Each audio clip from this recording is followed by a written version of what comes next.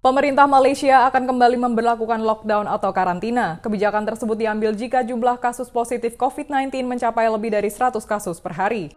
Dilansir dari The Straits Times, otoritas Malaysia kini telah mengizinkan kembali denyut bisnis di negara tersebut. Namun pemberlakuan protokol kesehatan selama fase tersebut tetap dilakukan, seperti pengecekan suhu dan pencatatan kunjungan. Sejak denyut perekonomian kembali dijalankan, kasus positif COVID-19 di Malaysia justru semakin meningkat sepekan terakhir. Menteri Pertahanan Malaysia Ismail Sobri Yaakob menyebutkan jika mencapai 3 digit, pihaknya akan mengambil pilihan memperkenalkan kembali MCO atau Move to Enforced Recovery. Hal tersebut ia sampaikan pada Minggu 26 Juli 2020. Pada Sabtu 25 Juli 2020, jumlah kasus positif COVID-19 di Malaysia dilaporkan sebanyak 23 kasus. Jumlah tersebut lebih banyak dibandingkan Jumat 24 Juli 2020, yakni sebanyak 21 kasus. Padahal, Kementerian Pertahanan pada 1 Juli dengan bangga menyatakan Malaysia tidak ditemukan kasus positif COVID-19 transmisi lokal dan hanya menemukan 1 kasus dari luar.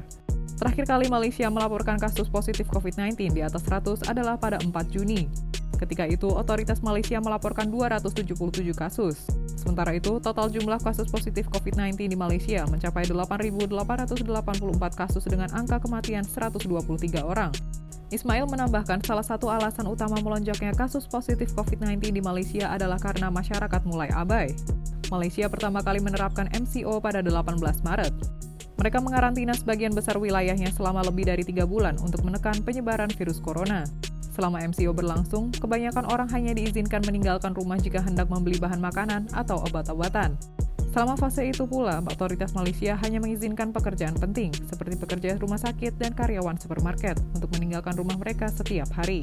Pada 4 Mei, beberapa bisnis diizinkan untuk dibuka kembali melalui apa yang Malaysia sebut sebagai MCO bersyarat.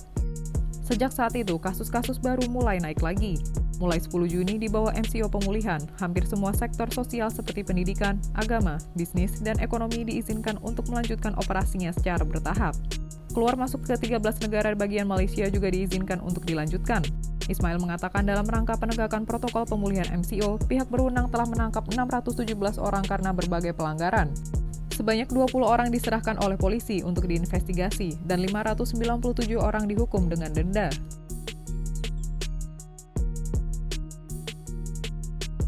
Demikian informasi dari Tribun Jateng Update. Saksikan terus Tribun Jateng Update hanya di channel YouTube Tribun Jateng.